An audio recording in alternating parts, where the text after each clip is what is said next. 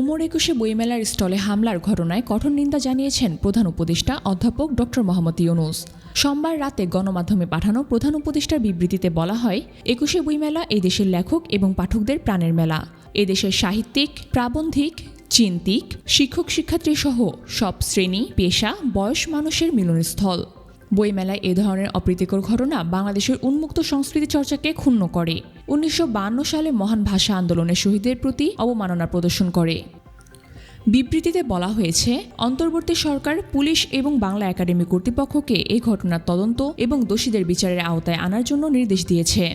মেলায় নিরাপত্তা জোরদার করতে এবং এই তাৎপর্যপূর্ণ স্থানে যেন কোনো অপ্রীতিকর ঘটনা না ঘটে তা নিশ্চিত করতে পুলিশকে সব ধরনের ব্যবস্থা নেওয়ার নির্দেশ দেওয়া হয়েছে। এছাড়া দেশে মব ভায়োলেন্সের যে কোনো ঘটনা প্রতিরোধে জোরালো পদক্ষেপ নেওয়ার জন্য সংশ্লিষ্ট নিরাপত্তা সংস্থাগুলোকে নির্দেশ দিয়েছে অন্তর্বর্তী সরকার।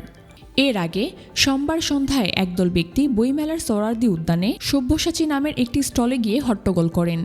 তারা ওই স্টলে থাকা তাসলিমা নাসরিনের বইগুলো ছড়িয়ে ফেলতে বলেন। স্টলে থাকা এক ব্যক্তি তাদের কথার প্রতিবাদ করেন। এই নিয়ে তাদের মধ্যে বাকবিতণ্ডা শুরু হয়। স্টলের সামনে জড়ো হওয়া ব্যক্তিদের মধ্যে বিভিন্ন ধরনের স্লোগান দিতে থাকে। প্রতিবাদে ওই ব্যক্তি পাল্টা স্লোগান দেয়।